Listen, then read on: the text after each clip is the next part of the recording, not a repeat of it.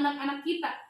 Jadi kita menggali potensi, bakat maupun minatnya untuk dikembangkan ataupun untuk diarahkan seperti itu. Jadi kita bukan mengajari, bukan kita bukan mendikte, tetapi kita menggali kemudian mengarahkan, membimbing anak kita untuk menyalurkan bakat, minat dan potensinya seperti itu. Kemudian budaya positif yang akan diterapkan. Kita kan saya rasa di sekolah kita ini pemahaman akan budaya positif ataupun pendidikan karakternya itu sudah sudah baik kalau menurut saya. Tetapi ini harus kita pertahankan, harus kita kembangkan melalui program-program yang akan kita lakukan. Kemudian salah satu bentuknya itu pelaksanaan tata tertib. Jadi misalnya bermula dari hal kecil terlebih dahulu. Misalnya seperti yang kita lakukan tadi waktu pelaksanaan upacara, menertibkan anak yang atau mendisiplinkan anak yang datang terlambat seperti itu. Jadi perlu kita ketahui kan ada tata tertib. Jadi tata tertib itu dibuat untuk dipatuhi, bukan untuk dilanggar. Jadi bagi pelanggarnya tentu saja ada sanksi yang akan kita terapkan. Kemudian cinta kebersihan dan lingkungan. Yang pertama adalah program LISA, lihat sampah ambil. Jadi saya rasa program ini sudah kita jalankan. Namun kita masih perlu menuntun anak kita karena ada anak yang sadar akan cinta lingkungannya, akan kebersihannya, namun ada juga anak yang belum menerapkan hal itu. Jadi masih perlu kita melakukan pendisiplinan dalam hal program LISA. Kemudian Sabtu Bersih.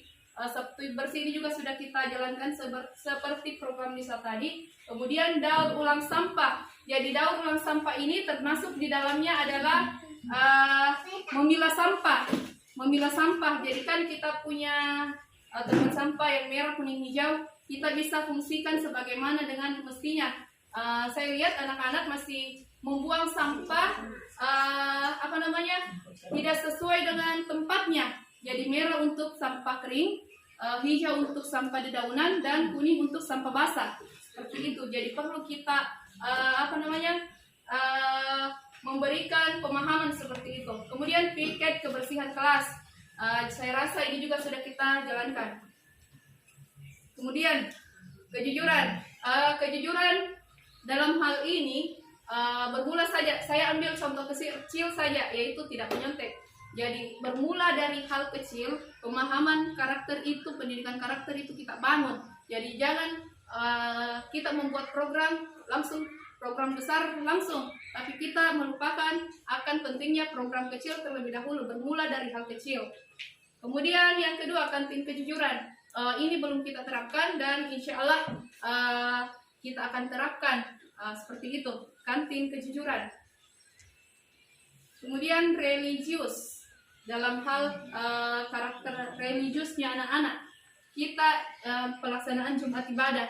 Jadi saya minta tolong ke ibu guru agama, minta tolong untuk Jumat ibadahnya kita lebih disiplinkan lagi, karena saya lihat pada pelaksanaan Jumat ibadah yang lalu itu masih ada anak yang tidak mengikuti sholat duha. Alasannya tidak membawa alat sholat seperti itu. Jadi mohon kerjasama teman-teman sekalian untuk pelaksanaan Jumat ibadah yang lebih konsisten lagi, lebih efisien lagi pelaksanaannya, lebih optimal. Kemudian kembali lagi, jadi Jumat ibadah ini bukan cuma untuk kalangan siswa yang muslim saja, tetapi Jumat ibadah kan kita di sini punya murid yang beragama Kristen, ya non Muslim. Jadi alhamdulillah sudah beberapa pekan ini pelaksanaannya sudah dibantu oleh Ibu Guru Helena. Terima kasih bantuannya Ibu. Kemudian literasi baca Al-Quran. Jadi pelaksanaan literasi baca Al-Quran ini kita bisa ambil dari pelaksanaan 15 menit sebelum pembelajaran. Jadi literasinya bukan cuma membaca buku saja. Jadi literasinya bisa baca Al-Quran saja. baca Iqra ataupun Al-Quran, iya, surah-surah pendek dan segala sebagainya. Jadi kita bisa manfaatkan hari apa yang akan kita sepakati sebagai hari untuk literasi baca Al-Quran, seperti itu. Kemudian kepedulian, seperti tadi yang tidak menyontek, bermula dari hal kecil saja, menjenguk teman yang sakit, kemudian meminjamkan alat tulis, kemudian program Ayo Berbagi. Program Ayo Berbagi ini bisa kita terapkan pada setiap harinya. Pada saat kan anak-anak membawa bekal, ada juga anak yang tidak membawa. Jadi kita bisa menerapkan pendidikan karakternya dengan kepedulian, dengan membagi makanannya, berbagi makanan dengan temannya. Toleransi, saya rasa toleransi di sekolah kita ini sudah cukup kuat, iya, baik dari guru-gurunya maupun murid-muridnya. Jadi seperti pelaksanaan Maulid, agama Nasrani juga ikut memberikan partisipasinya, iya. Kemudian nasionalisme, seperti pelaksanaan tadi upacara bendera yang rutin, kemudian menyanyikan lagu wajib sebelum memulai pembelajaran. Ini kan sudah kita laksanakan setiap harinya, jadi masuk dalam literasinya anak-anak 15 menit. Kemudian program satu anak 10 lagu wajib. Ya, karena kadang kalau pelaksanaan upacara anak-anak masih pusing lagu apa yang dinyanyikan, ataupun dari minggu ke minggu itu terus lagunya Garuda Pancasila. Jadi bagus kayaknya kalau kita melakukan program satu anak 10 lagu wajib. Kemudian adab dan budi luhur, budaya tabe, mulai dari saya rasa ini sudah diterapkan bahkan anak-anak, ya. Ini salah satu keunggulan sekolah kita, budaya tabenya. Iya, baik itu dari memberi, berjalan di depan guru ataupun di depan teman-temannya, bisa diterapkan di rumah maupun di sekolah. Saya rasa ini sudah kita bagus. Kemudian budaya takitaye, budaya kita tidak dan kamu atau kau, ya kita. Kemudian misalnya penggunaan kata ki, jangan ki, bukan jangan kok, karena iya, sebagai orang Makassar, Bugis Makassar, kita kan adabnya sopan santunnya yang kita angkat. Iya. Kemudian tak, seperti punyata, bukan punyamu. Dalam bahasa Makassar, dalam bahasa Indonesia itu kan sah-sah saja menggunakan kata kamu, tapi kalau dalam dikaitkan dengan kearifan lokal kita, budaya kita, penggunaan kata tak. Iya. Kemudian iya. Kemudian salam santunnya saya juga mengimplementasikan di sekolah ini, sudah kita jalankan. Seperti kalau misalnya anak-anak bertemu di luar sekolah masih menyapa gurunya, itu suatu kebanggaan bagi kita sebagai seorang guru. Kemudian upaya membangun budaya positifnya, yaitu yang pertama posisi kontrol guru. Posisi kontrol guru ini kita sebagai guru berperan, tentunya sangat berperan dalam pendidikan karakter tak. Iya. Posisi kontrol ini kita sebagai guru, ya.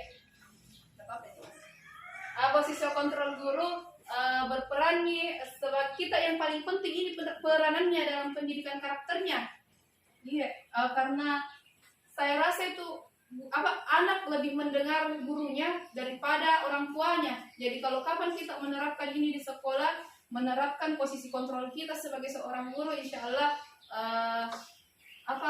akan terlaksana pendidikan karakter yang kita inginkan.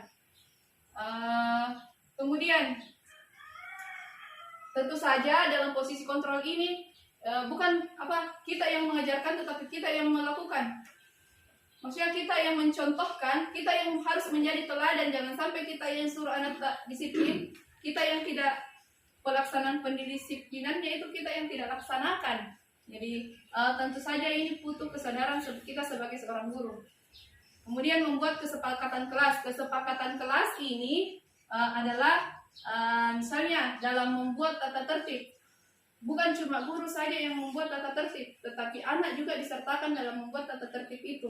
Misalnya saja anak kita membuat tata tertib kelas, misalnya tidak berbicara ketika guru sedang menjelaskan, tidak selalu meminta izin ketika keluar. Jadi itu bukan cuma kita yang membuat, kita diskusikan sama anak-anak, kita mendiskusikan sama murid-murid kita akan membuat kesepakatan kelas. Jadi agar tujuannya supaya anak-anak juga paham. Jadi bukan cuma tata tertib itu dipajang, tetapi anak-anak juga harus dikomunikasikan dengan anak-anak.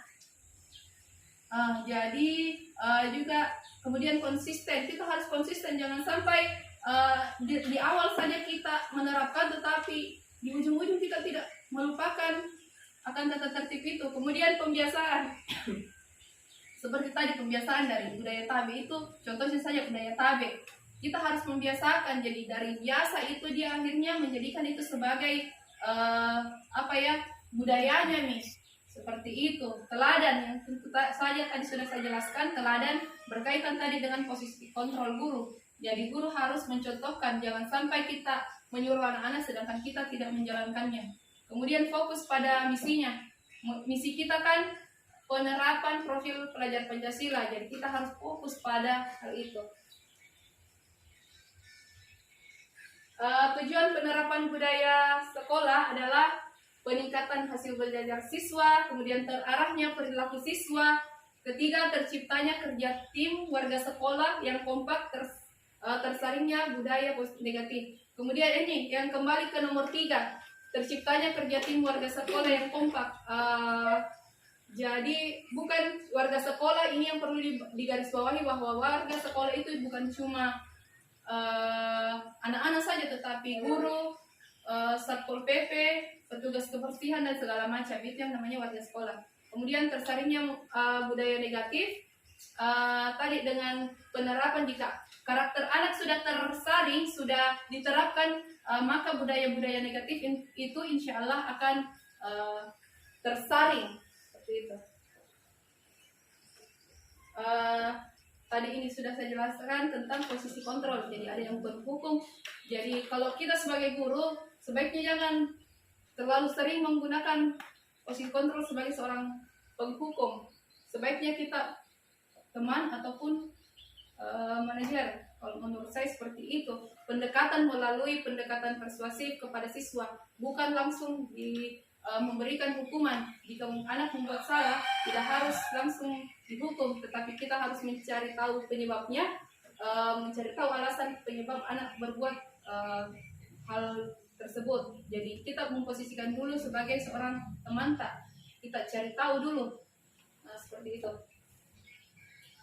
Demikianlah kegiatan rutin kita hari ini. Jadi kita fokus dulu pada penerapan budaya positif sekolah, seperti itu, untuk pendidikan karakternya anak-anak, penanaman karakternya, seperti itu. Demikianlah yang telah saya sampaikan. Semoga program kita ini dapat berjalan maksimal, sehingga pendidikan karakter yang sesuai dengan profil pelajar Pancasila itu dapat berjalan, dapat diterapkan oleh anak-anak. Demikian, wassalamualaikum warahmatullahi wabarakatuh.